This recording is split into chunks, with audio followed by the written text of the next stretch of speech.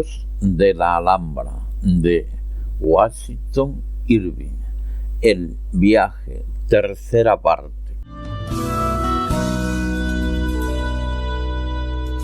Mientras estábamos cenando con el amable Perdonavidas, llegó a nuestros oídos el sonido de una guitarra, acompañado de un repiqueteo de castañuelas, y poco después un coro de bien concertadas voces que cantaba una tonada popular. Era un obsequio del huésped que, para divertirnos, había reunido a aquellos músicos aficionados y a las hermosas de la vecindad, y cuando salimos al patio vimos una verdadera escena de alegría española. Nos colocamos bajo el soportal con los huéspedes y el comandante, y pasando la guitarra de mano en mano, vino a parar en las de un alegre zapatero, que nos pareció el Orfeo de la tierra. Era un joven de aspecto agradable, patillas negras y las mangas de la camisa arremangadas hasta encima del codo. Sus dedos recorrían el instrumento con extraordinaria ligereza y habilidad, cantando al mismo tiempo algunas seguidillas amorosas acompañadas de expresivas miradas a las mozas, con las que al parecer estaba en gran favor.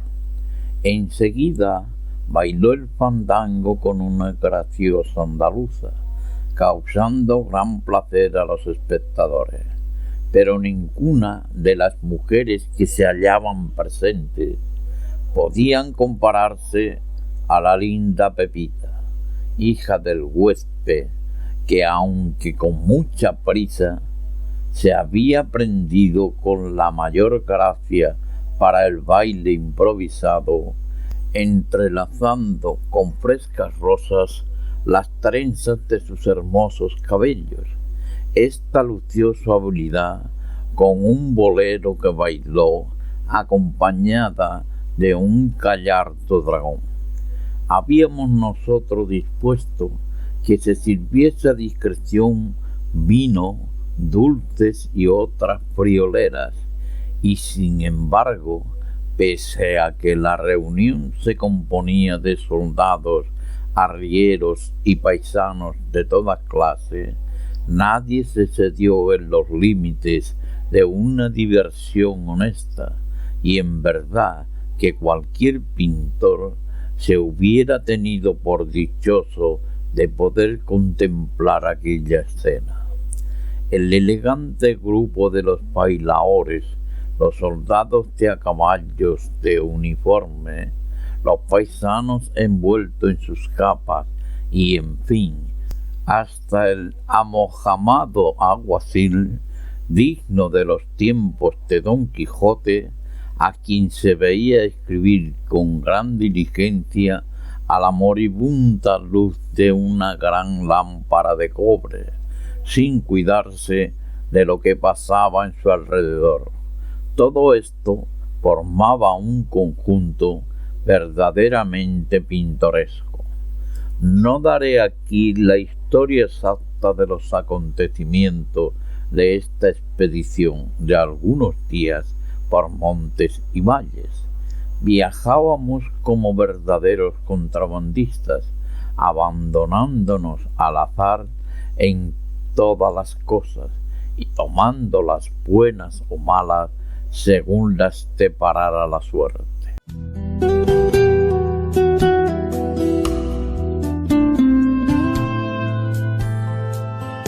Este es el mejor modo de viajar por España, mas nosotros, sin embargo, habíamos cuidado de llenar de buenos fiambres las alforjas de nuestro escudero y su gran bota de exquisito vino de Valdepeña.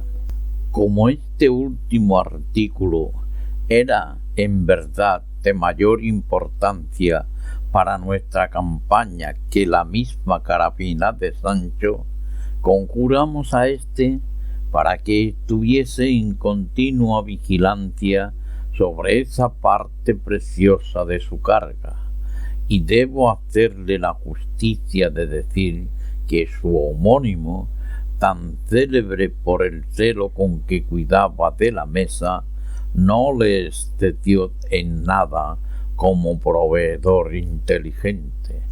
Así pues, a pesar de que la alforja y la bota eran vigorosas y frecuentemente atacadas, no parecía sino que tenía la milagrosa propiedad de no vaciarse jamás, porque nuestro ingenioso escudero nunca se olvidaba de colocar en ellas los relieves de la cena de la venta, para que sirviesen a la comida que hacíamos a campo raso al día siguiente. Con cuánta delicia almorzábamos algunas veces a la mitad de la mañana, sentado a la sombra de un árbol, a orillas de una fuente o de un arroyo. Qué siestas tan dulces nos tomábamos, sirviéndonos de colchón nuestras capas tendidas sobre la fresca hierba.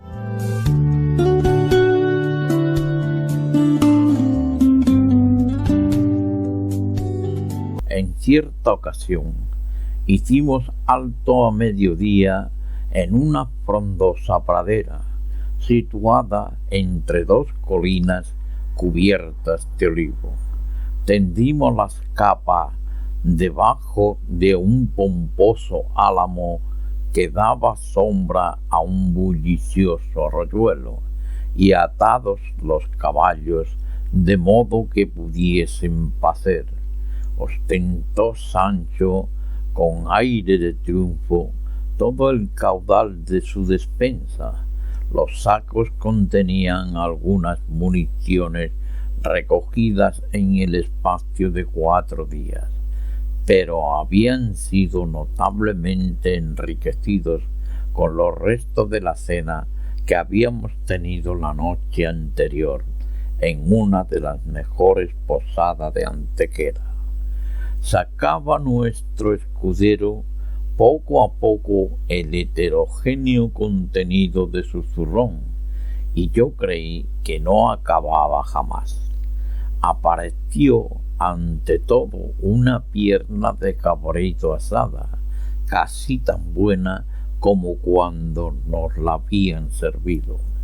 Siguió un gran pedazo de bacalao seco envuelto en un papel, los restos de un jamón, medio pollo, una porción de panecillos y, en fin, un sinnúmero de naranjas, higos, pasas y nueces.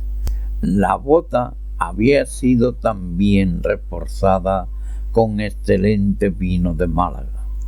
A cada nueva aparición gozaba de nuestra cómica sorpresa, dejándose caer sobre el césped con grandes carcajadas.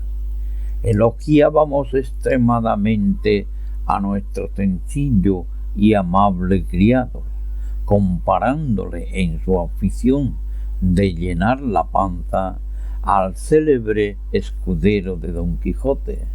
Estaba él muy versado en la historia de este caballero, y como la mayor parte de la gente de su clase, creía a pie juntillas en su realidad. Y hace mucho tiempo que sucedió esto, me dijo un día con semblante interrogativo. Sí, mucho tiempo, le contesté yo. Yo apostaría a que hace ya más de 1000 años, replicó mirándome con una expresión de duda todavía más marcada. No creo yo que haga mucho menos tiempo. El escudero no preguntó más.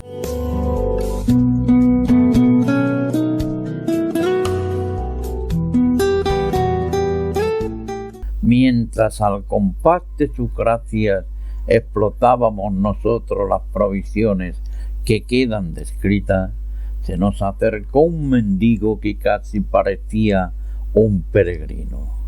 Su entrecana barba y el bastón en que se apoyaba anunciaban vejez, mas su cuerpo, muy poco inclinado, mostraba aún los restos de una estatura gallarda.